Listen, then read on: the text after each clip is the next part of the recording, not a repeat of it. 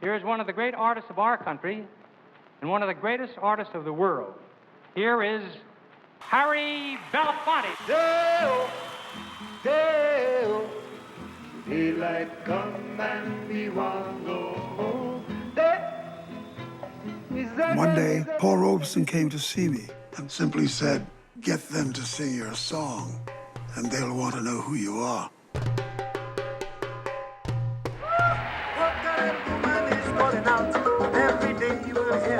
Even in that grainy black and white early TV, his personality came out. I say, let us put man and a woman together to find out which one is smarter. When Harry Belafonte went on the show with Petula Clark, they touched. People were like, oh my God. Whatever you're capable of doing as artists to help propagandize the civil rights revolution. Out of that came the true artistry of Harry Belafonte.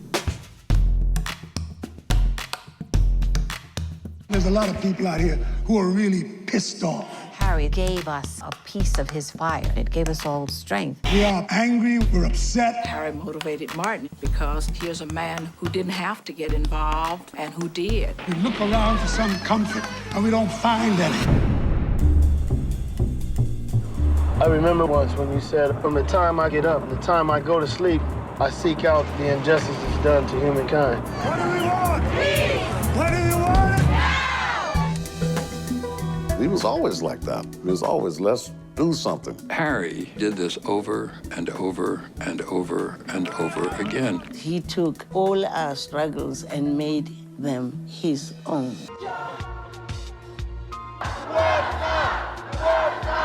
We can't be shut up no more. Artists are the gatekeepers of truth. We are civilization's radical voice. I try to envision playing out the rest of my life almost exclusively devoted to reflection. But there's just too much in the world to be done.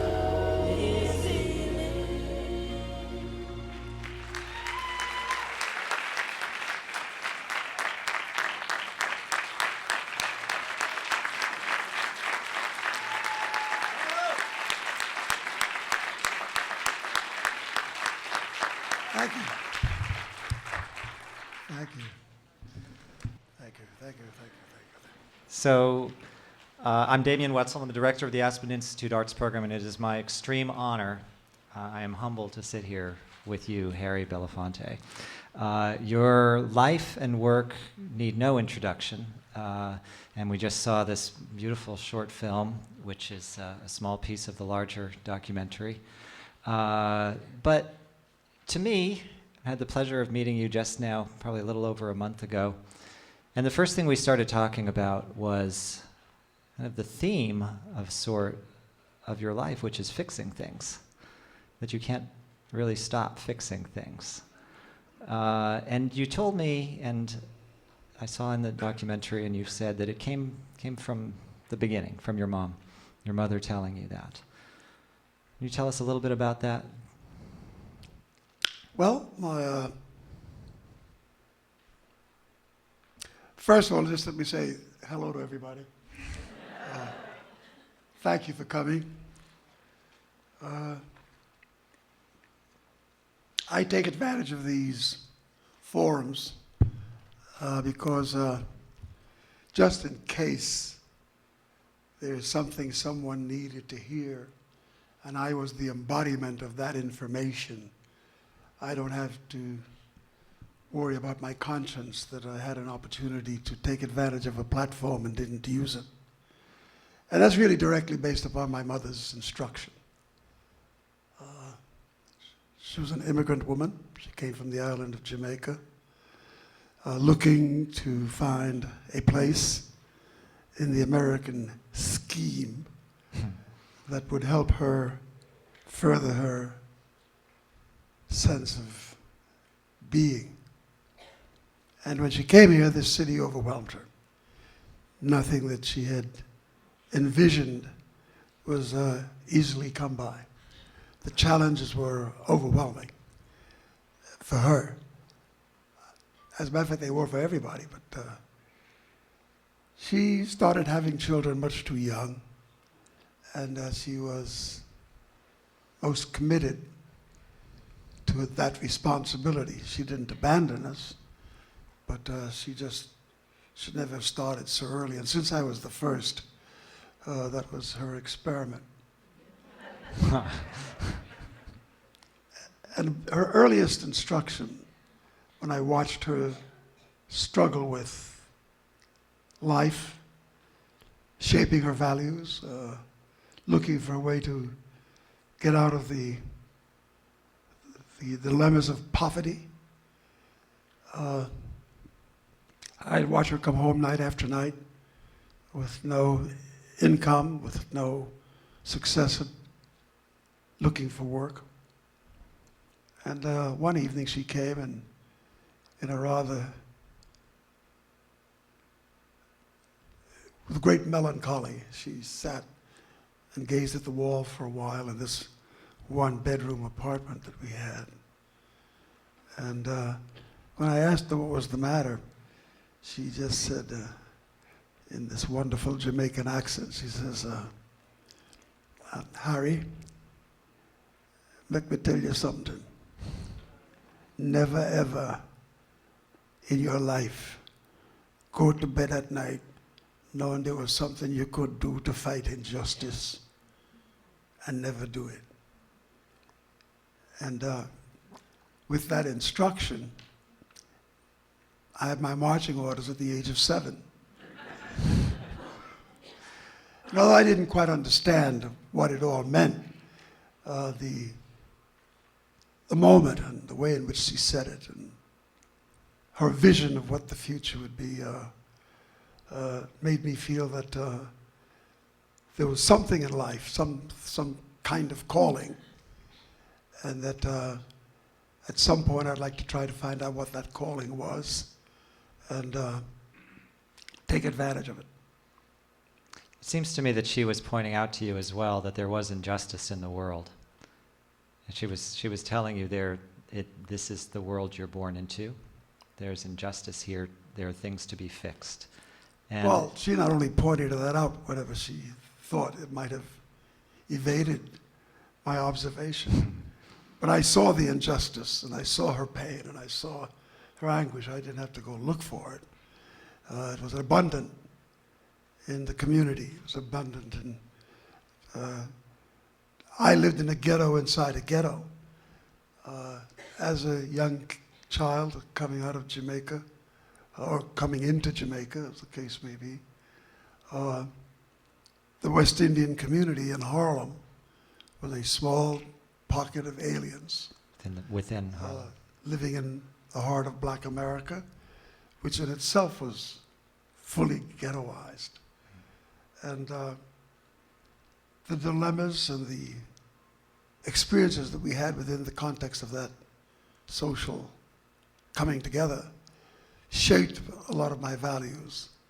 Coming out of the Caribbean, I saw the issue of race and color in a very different way than I experienced race and color here in America.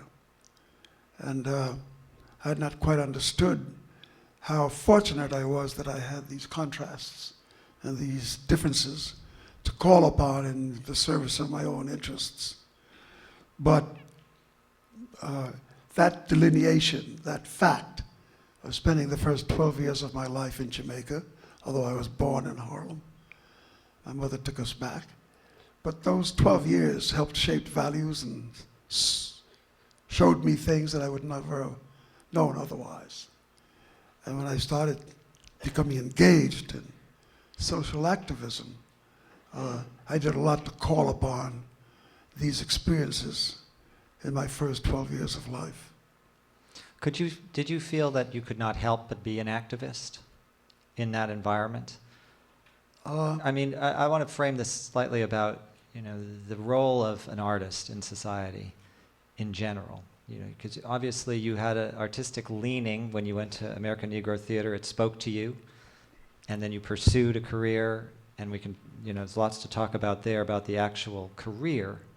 But then Was it already apparent to you in a way that this was a means to express yourself in a larger activist way? Or was it simply,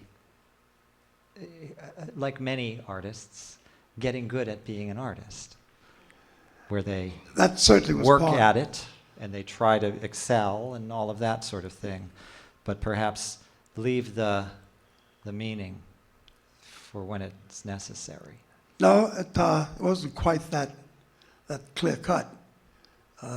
When I stepped into the world of the arts, it was really quite by accident. And I was when I came out of the Second World War, I served in the United States Navy, and when I came back from that conflict, I had no skills. I didn't know what quite to look for. There were certain abstracts and certain things that I thought, as an American, would be the reward for our efforts in that war against fascism and Hitler and race. But when we came back, black people didn't fare so well at the harvest and the celebration of the victory. We still couldn't vote. We still were second-class relics. We were still very oppressed. And after the commitment that we had made in that war to change that paradigm, I was really quite lost in a way, looking for where to go. And this was now I volunteered for the service when I was 17, and I came out just before my 20th birthday. So here I was, looking for where to go. I was a janitor's assistant. I had some skills in repairing and fixing things. But I was looking for what to be and where to go. And I was given a gratuity, 2 tickets to a theater in Harlem called the American Negro Theater in the basement of the Schoenberg Library. And not knowing quite what the theater was about, and never having been to a play, I went here to see these young black artists in the basement of this tiny theater in Harlem. And it was then that I understood there was a calling. It was the moment was an epiphany. I looked at the house light was down, the curtains opened, and words began to flow. And actors juggled human emotions. Words pushed us to realizations and thoughts that I don't know I would have had otherwise. And when I understood the power of that environment, what you could do with words and how magical the whole thing was, I said, well, I'm not quite sure where I belong in this place, but I'm making my business to become part of it. So I volunteered to clean up the theater, to do the nitty-gritty work. And as I watched week after week, month after month, artists and writers and some of the best of that era do their thing, I became more and more attracted to the idea that the arts held a magic that I needed to be engaged with. And one day they invited me to play a part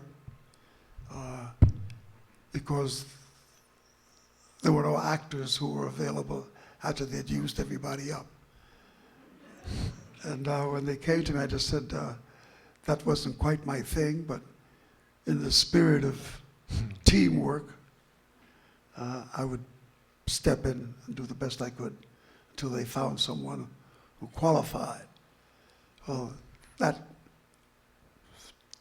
rather fortuitous moment turned into be the life I was to know for the rest of my existence.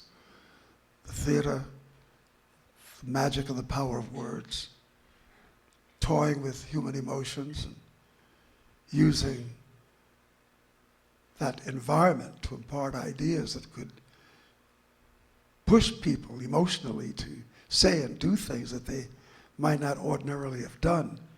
It was a very heady place to be. And while they're experimenting with this social phenomena, for me, a young man came to visit us, not so young, came to visit us to see what these young players were doing. Now you have to understand that in this group were people like Ozzie Davis and Ruby Dee and Sidney Poitier, not a bad harvest. It's good company. And exactly. And the man who came in was Paul Robeson. And he came to see what these young artists were doing. And he was most praiseworthy of our efforts.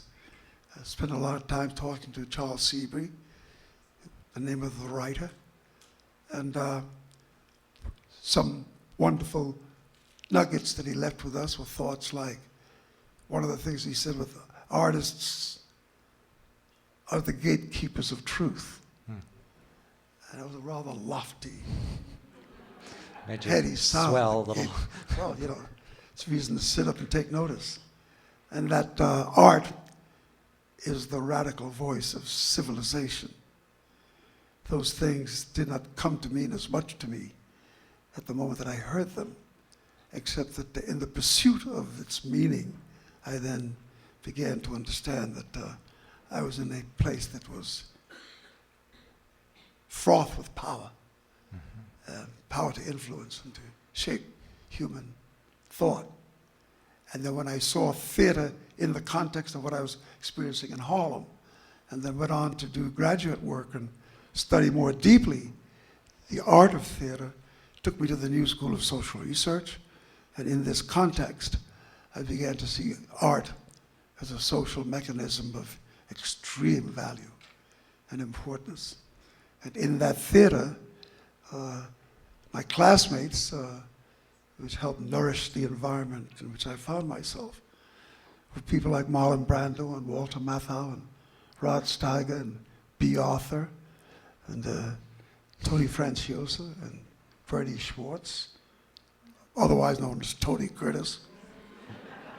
And in this place with a man by the name of Aaron Piscotta, who was part of a large theater group out of Germany, the Max Reinhardt Theater, a rather important cultural center in Germany in the early part of the 20th century. It was the home of Bertolt Brecht and some of the great thinkers of the theater in that period. And he escaped from Germany to come to America, having been run out of the country by the fascists. And he opened up the school at the New School and brought us in. And all we knew was social theater, one after the other, whether it was Luigi Pirandello from the Italian world or Gerhard Hauptmann from Germany, and began to look at the work of Pablo Neruda and all of the great writers, those who visited the school. John Steinbeck, writers of that level. How did your participation at New School of Social Research as an African American, was there any connotations in that educationally for you? Were there other African Americans in the class with you? Was Mr. Poitier with you? How was it manifesting itself at that point? Because you're with Marlon Brando, who we'll talk about a little later, you sat with 15 years later, the day of the March on Washington. These are lifelong people that you worked with. Had I not been to the American Negro Theater and saw that little theater in the basement in Harlem, I might not have been quite prepared for the fact that the power of this institution, of this culture, was so unknown to the black community. Not because we didn't have great actors and people who were gifted. It was just society never opened up, and there was no generosity in extending an invitation to us to come to participate in the unfolding of theater and ideas and culture and thoughts. We were very narrowly contained. And one of the great problems that I had at the New School was that there were not many parts in the plays that were selected by the group for a black actor. And although I did all the classics and did Shakespeare and many others, and learned a lot about Eurocentric theater and certainly a lot about American theater. Fortunately, the literature that we were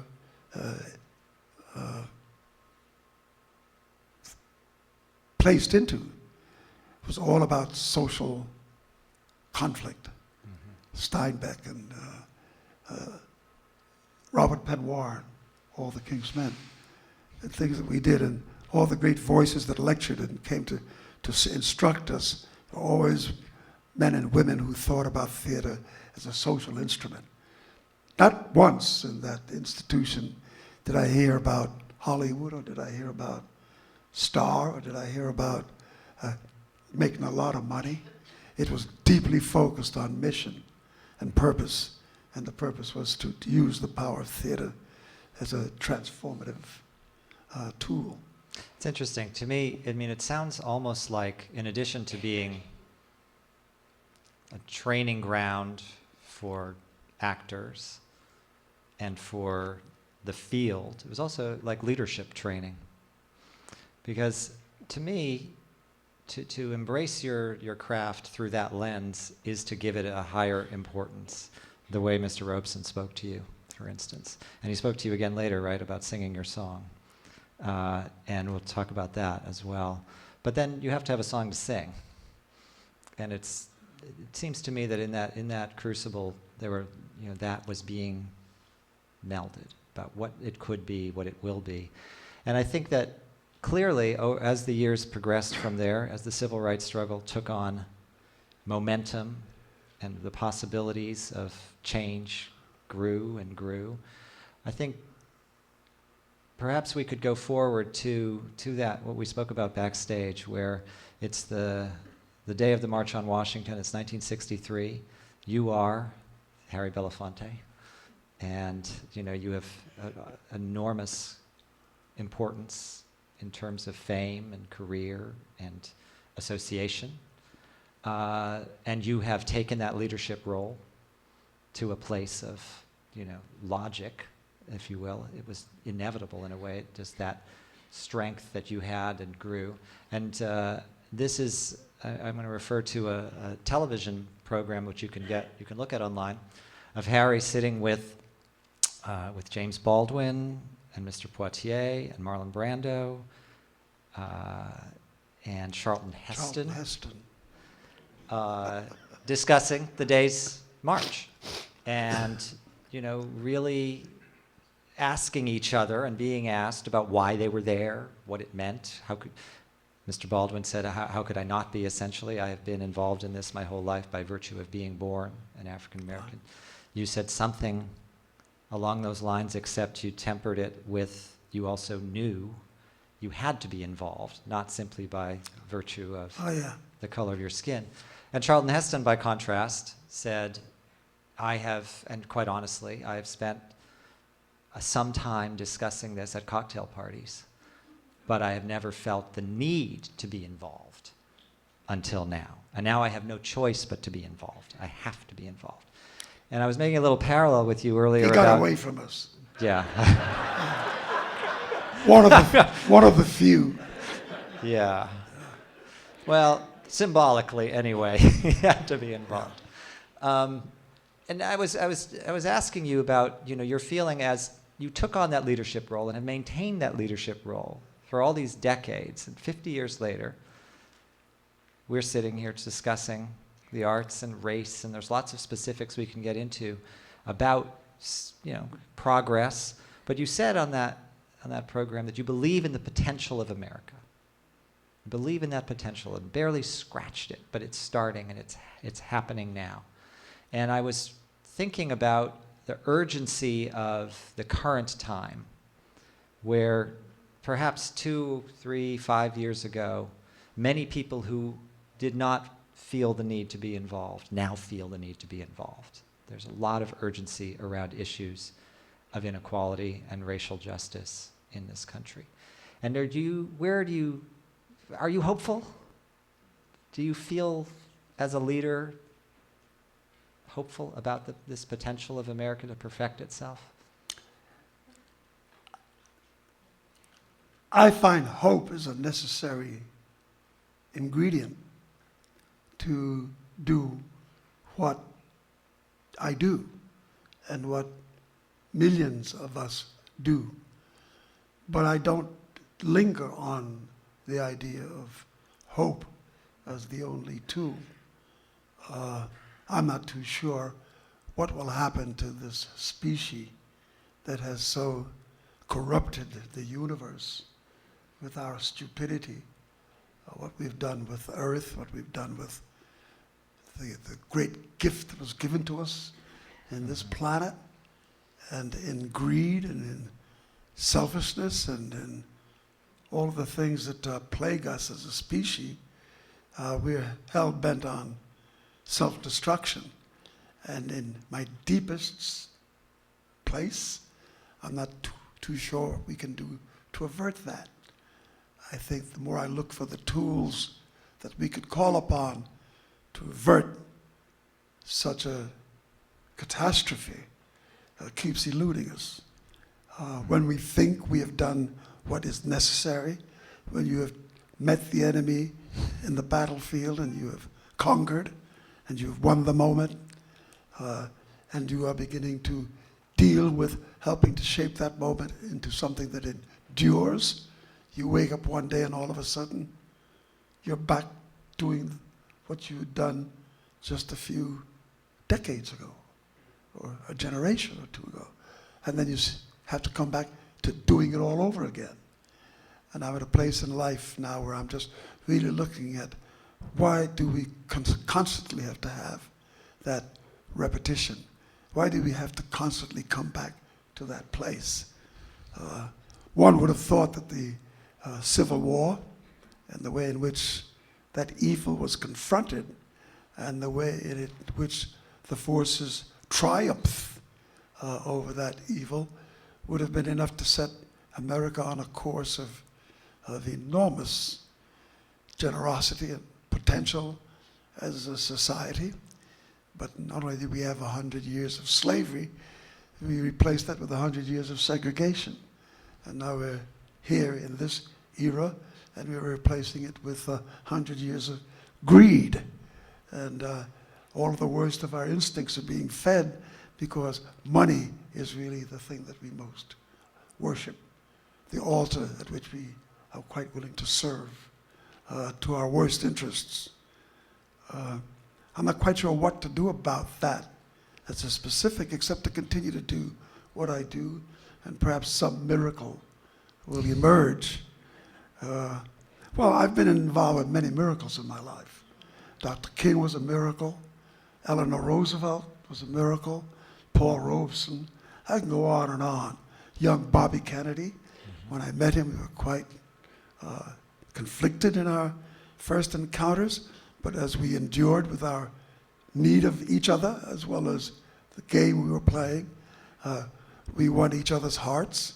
And by the end of Bobby Kennedy's life, I think that he was one of the truly great Americans of at the end of the 20th century. He had shaped himself into being someone who had really gotten the message and was going to move us forward. But then I look at something that I find it very hard to treat as a coincidence. How can you kill off Malcolm X and Dr. King and Bobby Kennedy and John Kennedy and Allende and Lumumba, and everywhere we go, we seem to be just popping off the great thinkers, the great minds, the great hearts. And the space is then immediately filled up with people like the Koch brothers. They're now the name of the game. And stepping into that space, buying up culture, forcing PBS to change its programming because they bring so much to the table. These are things that are quite confusing and doesn't quite make sense, except that it's there and has to be dealt with. I think, there's a fellow I work with named Michael Sandel. He teaches justice, moral reasoning, and he refers to what you're describing as the transformation from a market economy to a market society. He said, when we're no longer valuing things except in terms of monetary value. And that's a powerful indictment to think about that and my experience has been bringing that out to the fore and relentlessly discussing it and showing it to be true is the remedy. But it is a tremendously difficult issue because value has been subverted in so many ways over the last, I would say, 35 years. But going back to leadership in some ways, what you're doing is leading by pointing that out and waiting for miracles, as it were, because you know they exist, that there are ways forward. Do you think that the role of culture is that in itself, when taken seriously? What you learned at the New School of Social Research, that, you know, attacking those thoughts, the idea of thinking? Not only do I believe that culture is that in a way, but I believe that culture is the only tool that we have that does that. I think Robeson was absolutely right. Artists are the gatekeepers of truth, and much that we know about the human existence has really been what artists have left for us to rummage through. I had a talk over at the Union Theological Seminary, talking to some religious folks, and I just said, you know, had it not been for the artists, even the church would be non-existent. The fact that we created so evil a thing as the church is yet to be debated and revisited. But even the temples of worship is adorned by the great way in which artists made this thing palatable. But I think art and what artists do and keep unearthing and revealing the human heart to itself is, no other institution does that. No other game does that. No other thing plays the game the way artists do and do what we do. And I don't say that with any arrogance or any misguided thoughts on the subject. It really is. Everything I know and everything that I have acquired has been that which came through the arts and through what the arts exposed me to. When at the American Negro Theater, it was very hard in that school to find a curriculum that put forth a play in which I could play the lead or play any part for that matter. It was a struggle within even that institution, which was fairly enlightened. And in came a moment, we got hold of Mice and Men. And when the play was done, the director had created a character called the Troubadour. And all this character did was to become an abstract and mysterious figure that appeared and disappeared at given moments, and set changes and then light changes and emotional cues. And what this character had to do was to sing. And they called upon the repertoire from Woody Guthrie and from Leadbelly. Mm-hmm. And I just walked through this play singing the songs of these two artists, over scenes in the bunkhouse and the men in this. And while I was doing that play, I was visiting a place quite regularly called the Royal Roost, which was a jazz club on Broadway. And night after night, Marlon, myself, Walter, we'd go down after class, because we had a little theater on 48th Street. And we'd go down to hang out at the bar, to listen to Miles and Charlie Parker and Thelonious, and listen to the great jazz musicians of the day. And doing that night after night after night, for a couple of years you get to know the waiters. And you get to know the doorman. And you get sometimes to be given a seat on a slow night. And I got to know these musicians. And one night I'm sitting at a table with my 25-cent bottle of beer And I'm talking to Lester Young, a great jazz musician. Lester said to me, tell me, how your feelings? And I said, my feelings are all right. He said, yeah, but I mean, what do you do? And I said, well, I'm a student. Oh, yeah. Oh, what do you study? And I said, theater. And he said, theater? How you do that? And I found myself not quite able to explain how you study theater. But one thing led to another, and I said, in order to understand more clearly what I'm talking about, we're just a block and a half away, so come see what we do in this place. And he came, and a couple of others, and over the next week, a couple of guys came in and saw the plays and whatnot. And Dissolve, about 8 months, 9 months later, I'm sitting there and I'm bemoaning the fact that I've run out of the resources. The GI Bill of Rights is burnt up. I don't know where to go, no job, no this, no that.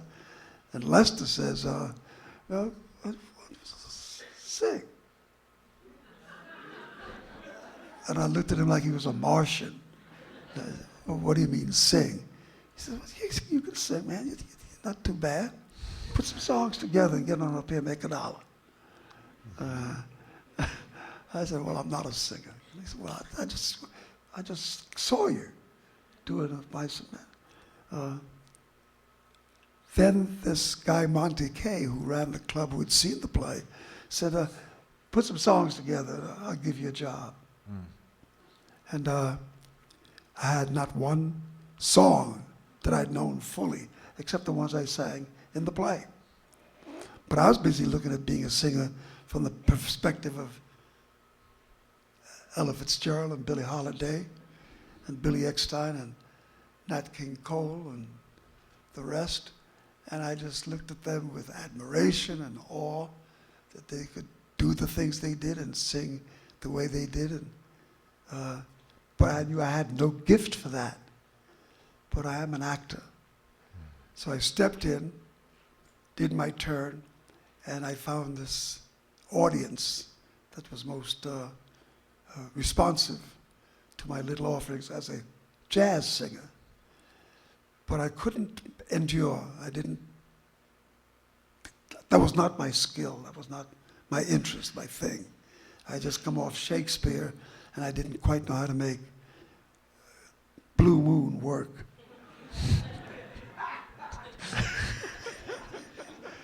Anyway, I left, went downtown, opened a little restaurant, a little small joint.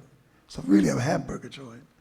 And while I'm downtown, I'm not too far from the Village Vanguard, and I see down there almost, God's gift. I'm looking, who's appearing but Woody Guthrie. Wow. And the week after him is Leadbelly. So I run down and said, I just sang the song from these guys, man. Let me go see what Woody has up his sleeve. So I went and heard him sing, and had a terrible voice, and very crude, but what he imparted was just absolutely magical. Mm-hmm. And then comes Leadbelly with the 12-string, and he's singing Off the Chain Gang out of prison. He was doing life for murder when they got pardoned and came out, and he just filled the world with this joy. And I said, now I'm looking at, if that's singing, I can handle that. And I got off Ella, and I got off Nat, loved them dearly. We nurtured each other in our spaces for the rest of our lives together. But it was Leadbelly and Woody Guthrie that made me look at how to manipulate words and emotions and moments with songs and the way they sang it. So I put this repertoire of folk music together and stepped into that space. And then that's when Paul Robeson came to me and said, you got it. You're on the right path. as a gatekeeper of truth, you have a chance to influence an awful lot of people. It's perfected. Whatever it was, I found a niche, and I found a way to do things in my own peculiar delivery, my own system. My voice was hard to identify. I didn't come from a genre. I didn't come out of the church. I wasn't a gospel singer. Didn't come out of the hardcore Southern experience. I didn't handle blues. I came from Jamaica, where I had a lot of Caribbean music at my disposal, and I could call upon that repertoire to deliver thoughts and feelings. And I played in the world in which I was familiar and developed a repertoire that critics never knew quite what to call me. Was I a folk singer, a bop singer, a no singer? What was I? And I remember once in an interview, Marlon was there, he said, what do you call yourself, an actor or a singer?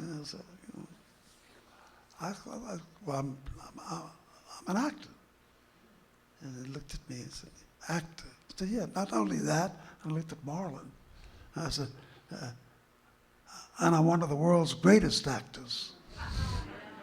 And Marlon looked up, and this guy said to me, that's a little self-serving, isn't it? I said, well, it would be if I were lying. But I'm telling you the truth. What makes you think that you are the world's greatest actor? I said, well, I've convinced the world that I'm a singer.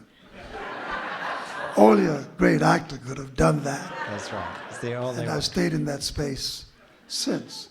I've found in the world of music and the vocal art the capacity to influence huge audiences in Germany. My strongest market is among Germans, then France, great audiences in Japan. And then when I started going to Africa with great regularity, there was this large black constituency. And I developed that relationship because of my political activism. I was blacklisted, and record companies wouldn't push me quite the same way. Couldn't get a lot of work on television because the sponsors thought that my politics would get in the way of their product. And I watched what they did to Robeson, how they crucified him. And I looked at Robeson's life very carefully, and I studied what he did and what he did not do. And I decided to create an environment in which I could override the villainy of corporate America, those who choke the life out of culture in commercializing so much, and out of picking who shall survive and not survive because they control the purse strings. Mm-hmm. So if you didn't want to hire me as a sponsor, I really didn't feel too terribly threatened, because I know I could go to Paris and at the Champs-Élysées or Palais Chaillot. I had an inordinate audience. Large. So you developed the options where you could sing your song. I would not only sing my song, but I had no reliance on commercial anything. So, but you know, all that happening, you're setting, I mean, we talked about this the other day. You're the first at like 1,000 things. You know, I mean, it's like the first million-selling album and the first African-American Emmy. And I mean, there's just a list and list and list. So you're breaking barriers of all kinds at the same time. And it, you know, when you said you had your biggest influence in Germany and France, I mean, I have to say, your influence never, I can't actually even fathom it. I haven't told you this. The first performance I ever did at New York City Ballet was We Are the World. We did a little thing to that, which you created. I mean, it's your idea. And that, just that alone, as far as affecting people and getting people, it was said about you have to have a song to sing. Getting people to sing with you and to join with you and to come along with you has been actually incalculable. So I want to ask your advice on a few things. Can I ask your advice on a couple things? So the other day I saw Carmen de Lavalade in her wonderful one-woman show. And afterwards she did a talk back. And a teacher was there with her class. And she said, "Miss de Lavalade, may I ask you a question on behalf of my students? I want to, specifically for the young women here, what advice do you have for them?" And Carmen sat and thought for a minute, and she said, "Keep your mystery." Keep the mystery? Keep your mystery. Keep your mystery. And it was an interesting comment, and everybody just kind of didn't quite know what to make of it for a little bit. But then people started to understand what she was saying, which was to keep your own power. Don't sell yourselves so cheaply. Take advantage of all those opportunities. So I don't know if you have a parallel in your mind, but for the young men in America, let's say, your example looms large, taking advantage of opportunity. But maybe you could relate it to education, what you think of the current state of education. But what do you think? What would you say to young men today? What do you say? I know you work with them all the time.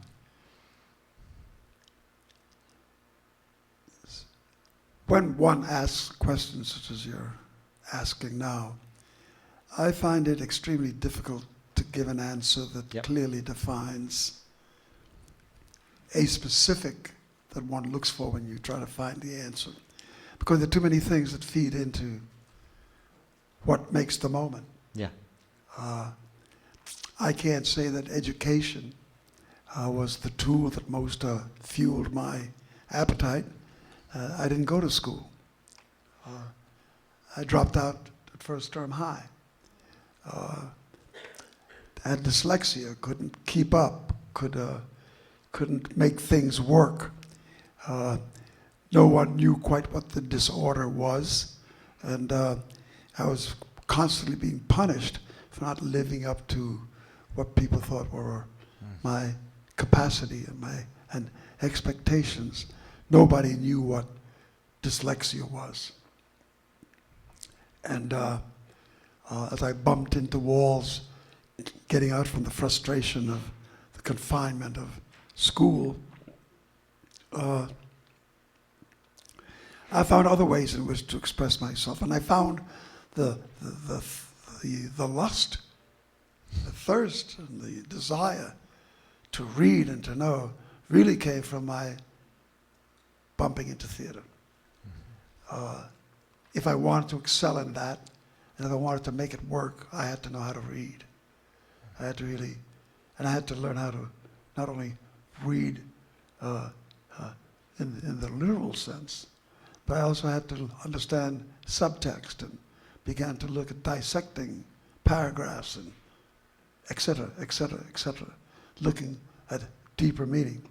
Then when you have the coincidence of running into a Robeson who mentors, and running into an Eleanor Roosevelt who mentors, and running into guys who want to share time with you like Baldwin, I all of a sudden found myself in an environment of social experience that constantly educated me, constantly pushed me in directions that rewarded me. I don't know what to say to young people. Yeah, education is extremely important.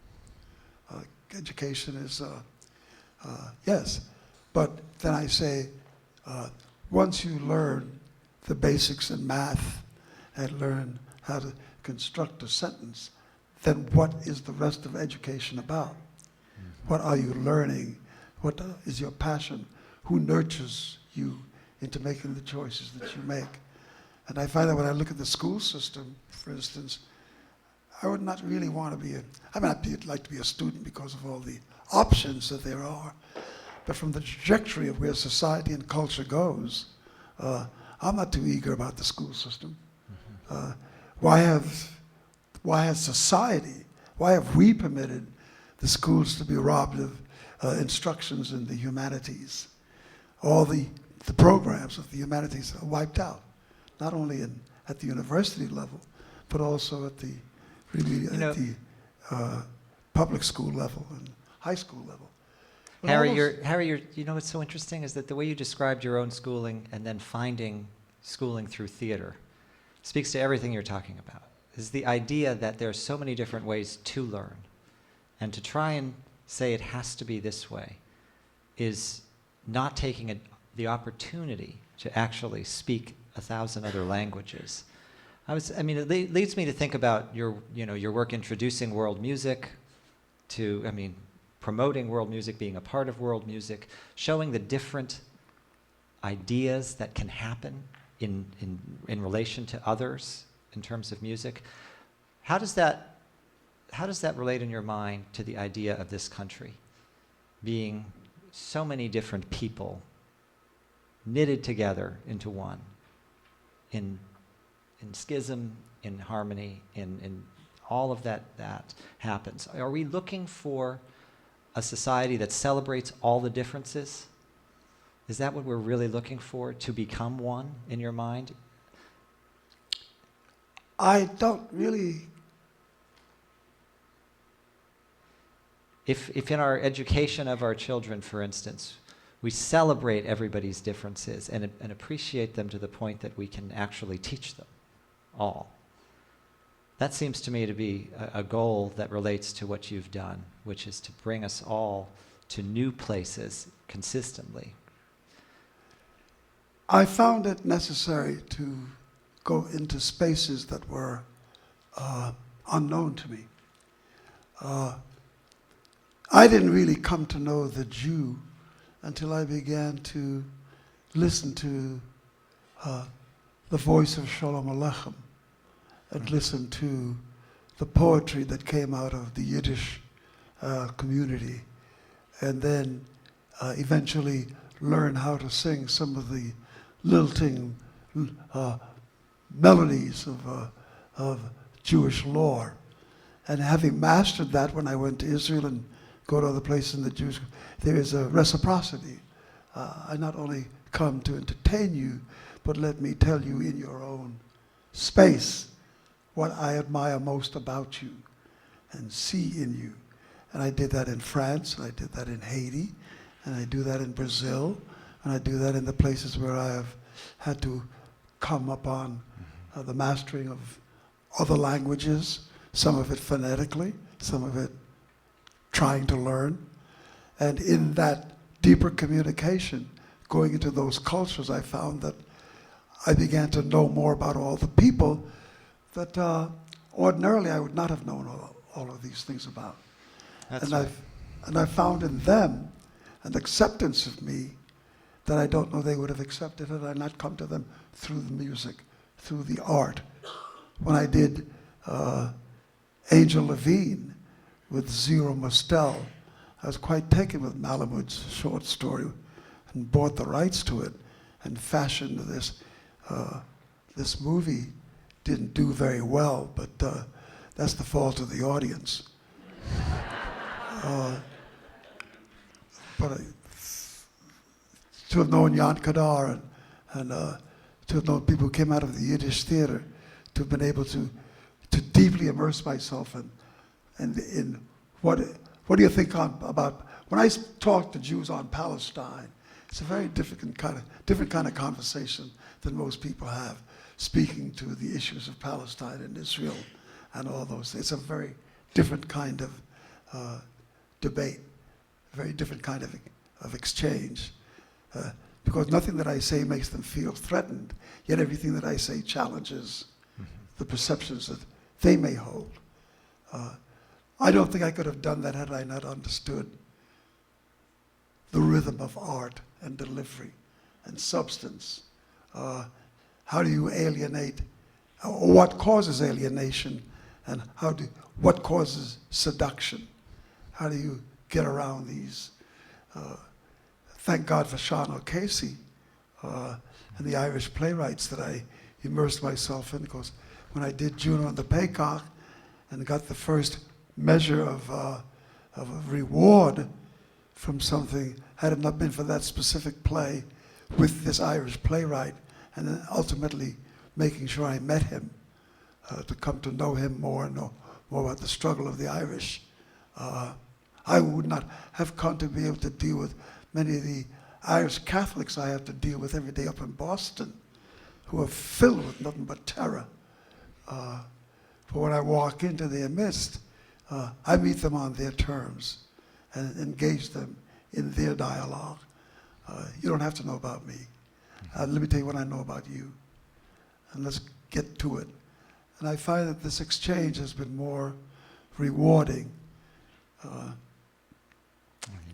also think that a lot of people have come to, you don't have to believe in the things that I believe in, but do you trust the integrity of what it is that I'm saying? I'm not trying to con you out of anything. There's nothing from you that I want except your love and your approval. That's an awful lot to begin with. But let's talk about how to do this and make it pay off with each other. And I think what's terribly absent now is that we don't have that. It's not a part of our cultural menu. We do not speak to leading people into a deeper insight into the human heart and the human nature and the human spirit. We play the game according to how we want to manipulate the community. I look at television and I look at all the things that I look at day in and day out, and I'm overrun with the sadness that I feel for young people who are engaged in that as their diet, as the thing that informs them. They have no place else in which to hear another sound, another point of view, another theory. All the news broadcasts are controlled by one central power, and that comes from Wall Street, and they dictate the editorial policy. There are those who will play a game and try to tell you that our diverse press teaches diverse points of view. That's not quite true. It's pretty much all the same.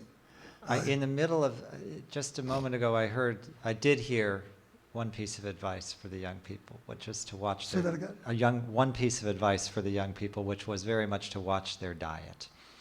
The diet of television, and what your aspirations are. I hear in that the dreams that are not taken advantage of, that are put aside for so little based on what the experience is. But I also heard you mention the audience, and I was going to say we only have a few minutes, but we can do a few questions. I think what we'll do is we have some microphones around. Why don't we take 3 questions in a row, quickly, questions, and then Harry can decide, which, if any, he will answer, or perhaps he'll make up his own question and answer it. We'll see. So if you raise your hands, we'll send a mic to you. Why don't we start right here, and then we can pass it there. So Jennifer, you can go there. Keeping it to a question, but I have to say thank you for being here, Mr. Belafonte. I want to hear a little bit more about your perspective on the role of religion, particularly religion in the era of the civil rights movement and the black church specifically. For all it did that was really good, clearly there were lots of things that weren't done so well, and I'm just kind of curious about that intersection for you. Okay, that's one. Second question? Yes. Harry, I don't know how many people are aware of this. You did an interview once with Amy Goodman on WBAI. Speak a little closer to the mic. Okay, I'm sorry.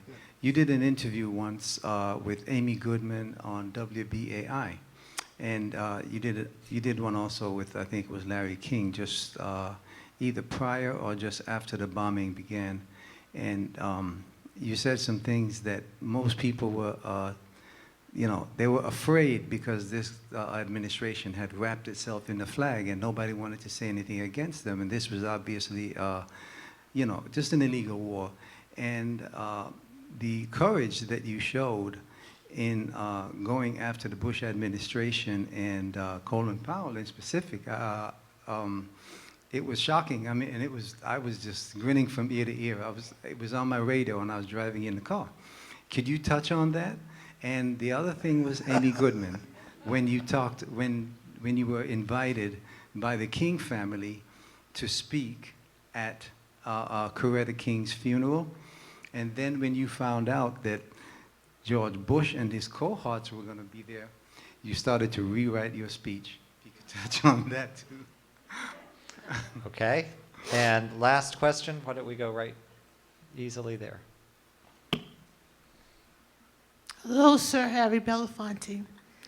I'd like to say thank you for your inspiration. Also, I can relate to your experience if you're saying my grandparents were from Alabama. And I enjoyed a lot of good things and a lot of good memories from them. I didn't have the experience of slavery or that type of memory. I have been a volunteer for the election, for the Obama election. I have met a lot of important people during that event, a lot of mayors, a lot of governors. And Sophia Aquam, my daughter, is a student, honor student. I'm from the CEDAR program, by the way. I have a BA in fashion design, and my first apprentice job was from Oscar de la Renta. So I thank you for your inspiration and courage in responding to me when I call. I don't believe in racism. I don't like racism. I don't tolerate racism. Thank you. Okay. There was no question. It was more of a statement, but okay. Final question. One last question. Hi there, Mr. Bellafonte. So I have been working with the junior scholars at the Schoenberg Museum and / library. It's wonderful. They're such wonderful young people. And I know that theater played a huge part in where you are today. And I wanted you to just say a little bit more about how theater allowed you to express both who you are individually as a Black man, but also where you are in the context of being a Black man in society, because a lot of the programs are around Black Lives Matter. And so when I go back to see these wonderful young people on Saturday, I want to say that I saw you and this is their message. This is your message for them. And they're doing a wonderful production around Black Lives Matter. And so I just wanted to know a little bit more about what theater meant to you in your place in this country. Okay. So Harry, for the students, the theater students, we can talk about your courage in speaking out against the Iraq War, or you're just speaking out in general, or the role of religion in the Black churches during the Civil Rights era. We have quite a menu. Or you can answer the question you'd like to have been asked. Or I can give you one. Or I can answer the question that wasn't asked. That's right, the one that you wish was, asked. Let me talk to a religion. It is something we could sit here and get into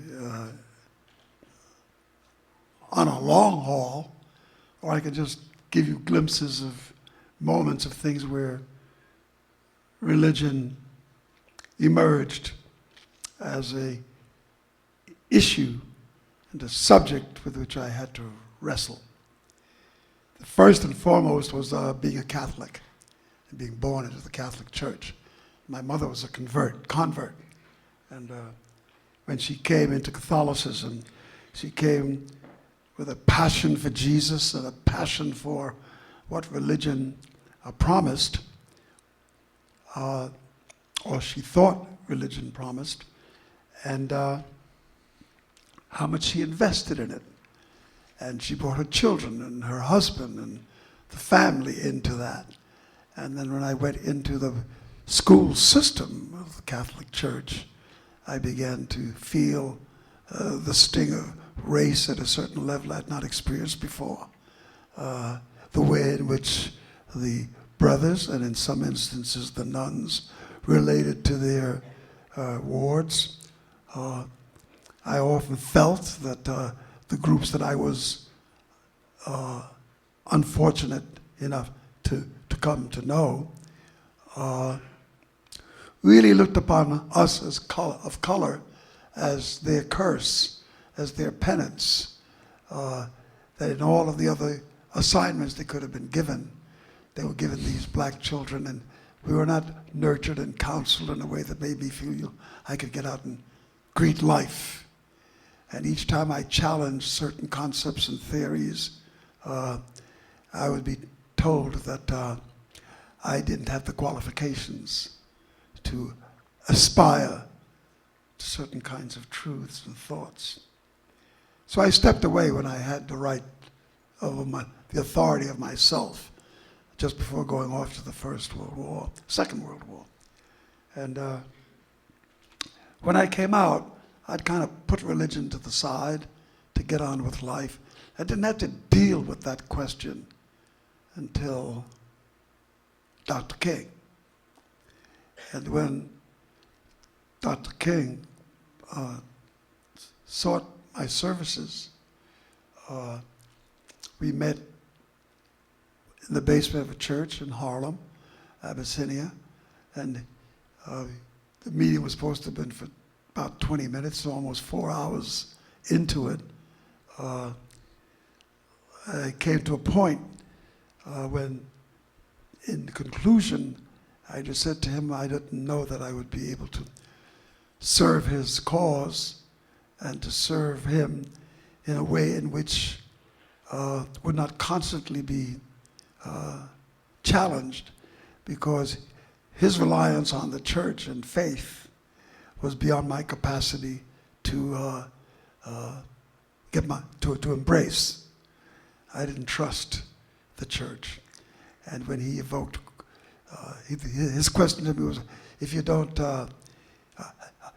let me ask a question. He then said, do you believe in God? And nobody had ever quite asked me the question that way. It's always, do you believe in religion? Do you believe in the church? But when it came to God, I realized that I had not sorted out the whole definition and the whole meaning of God in the context of moral force and truth and all that. So I had to wrestle with it a little bit. But I told him that I believed in God because I had a need to believe in a God. I need to ascribe what I wanted to be to some force that had influence on moral thought and on higher values. And at the end of that rather fleeting response, he said, well, I think we're going to do just fine. So I think we're going to have a good time. And the truth of the matter is that the church, when I was a kid, watching Haile Selassie and watching Marcus Garvey, and I'm watching the Pope and the church bless Italian soldiers who went off in mechanized divisions to destroy poor black people in Ethiopia who had no resources, and the glee in which the world of the church felt that they had triumphed over the moment was deeply disturbing and unacceptable to me. And then the more I got into the whole question of religion, the philosopher called Christ has always captured my imagination, my love, my thoughts, my references. But then I felt somewhat comfortable with Dr. King because Christ didn't have a church. And that fact deeply satisfied my sense that, well, he didn't need one. And if he didn't need one, why do I? In that context, I find that the church is a tool and a mechanism for forces that have not had the best interests of human existence. It does not relate to the deeper humanity. It seeks to control and to guide you towards a monolithic thought on one point of view on a subject that requires multiple points of view. And it doesn't permit that to be engaged. But in dealing with Dr. King, he was more a socialist than I was a religious person. So when we talked about targets and development and strategy in dealing with a lot of places, we talked about how to handle Europe and how to handle Africa and how to do these things from a socialist perspective. He kept me fully nourished and kept me fully engaged. And every now and then he'd throw a little Jesus at me, and I could just lap it up and get on with the next Jesus thought. Harry, can we pick up right there with a final thought from you on complicity? I mean, almost like, I feel like I would love to ask you your, just first of all, your opinion, because when you think about the church in that context of active action, active action for good or evil, but also the power of complicity can be so insidious. And I think it's something that we deal with very much in issues of race in this country. It's been ever present in my experience as a classical ballet dancer about people not even necessarily being invested in the status quo as simply perpetuating it by complicity. And that's becomes antithetical to change. And I see around me a lot of efforts being made for diversity to be, there are people who are jobs, are diversity counselors for organizations, for educational institutions, for all manner of things. But I'm wondering about that role of complicity that you fought against basically your whole life.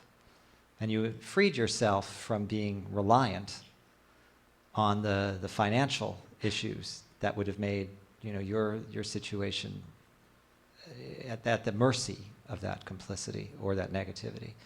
And today, as we embark, and what I'm trying to do with this program through the Aspen Institute on Race and the Arts, is to find prescriptive measures. Because people are in dire need of leadership on many of these issues. They're not simply negative actors in many cases, simply they just don't know what to do, how to proceed. So given that landscape and your context over all these decades, and you're still, every organization you've been involved with, whether it's UNICEF, as a Goodwill Ambassador, or your own organization, which we didn't even get to talk about, that, Sankofa, we haven't gotten to talk about that. And over the course of your life, you've been involved in activist organizations, but I think you have made them activist. So maybe final words on just, that charge.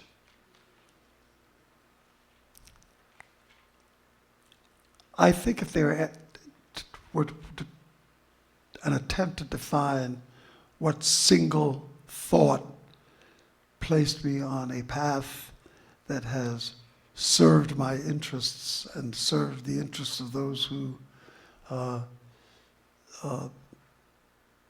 seek me out, it has really been that I understood that I had the power of choice very early on. Just knowing Robeson wasn't a coincidence. In the moment I met him was the coincidence, but what happened from that moment on became a choice, a way of life, a study, an appetite for a certain kind of space in my life to be filled. When Eleanor Roosevelt called me, as much as I admired her and what I knew about her as a child in the period of her husband's reign, I came to see in her values and qualities that the coincidence of meeting her was only the introduction. What happened was that I became deeply immersed in what her work was about and how much that work paralleled interests that I had in Africa and young Africans growing up, and what influence she had in leading me to a lot of the political thinkers that came out of Africa. I mean, no one else did that except perhaps Du Bois and Robeson. Mm-hmm. But they were so marginalized that to hear another voice coming from a white woman that had, who was deeply touched by power and what power could be manipulated to do, to know her and to be tutored and counseled by her was a choice I made. Because I found in her that things more deeply to my daily existence were being nourished, and I liked their values. And then when you go through the rest of your life and you're meeting people like Fannie Lou Hamer and Ella Baker and Dr. King and all of the young Turks that I met, many of whom were younger than I.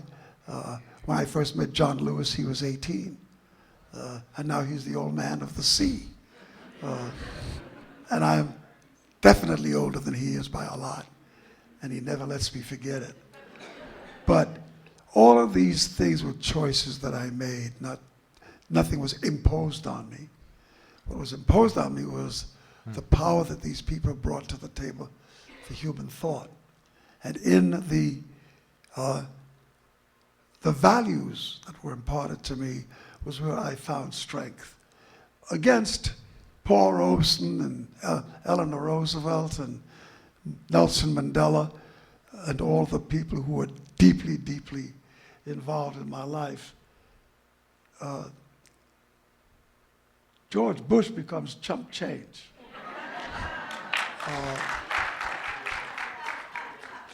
His villainy is very clear to me, and what I must do with his villainy is very clear to me.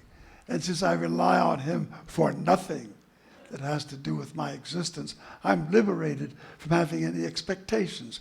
I have hope, I have prayer, I would like to see miracles wrought, and that he becomes transformed into something more rewarding than he is. But with Eleanor Roosevelt, you know, when she was working on the Universal Declaration on Human Rights, the UN, it was in her circle that I began to meet young Africans from all over Africa who were studying in England, who were here studying, and who were preparing themselves for the day of their ruling their countries. So I met Tom Mboya from Kenya, and got to know Jomo Kenyatta, and then I met Sekou Touré, and I met Senghor, and I met Julius Nyerere, and I began to meet all these who were young men, young people on the verge of something, and their condition was very much like the condition that I experienced as Black American, and that I experienced as a Jamaican subject.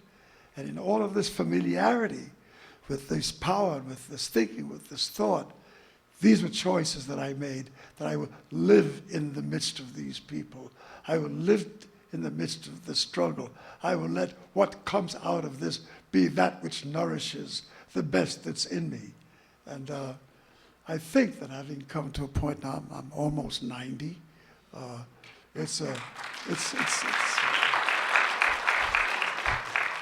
Did I say that? You did. Not only that, you actually managed to answer both of the other questions. And I think that it's just been a tremendous honor to have you here, Harry. So thank you so much. Choice, the final word.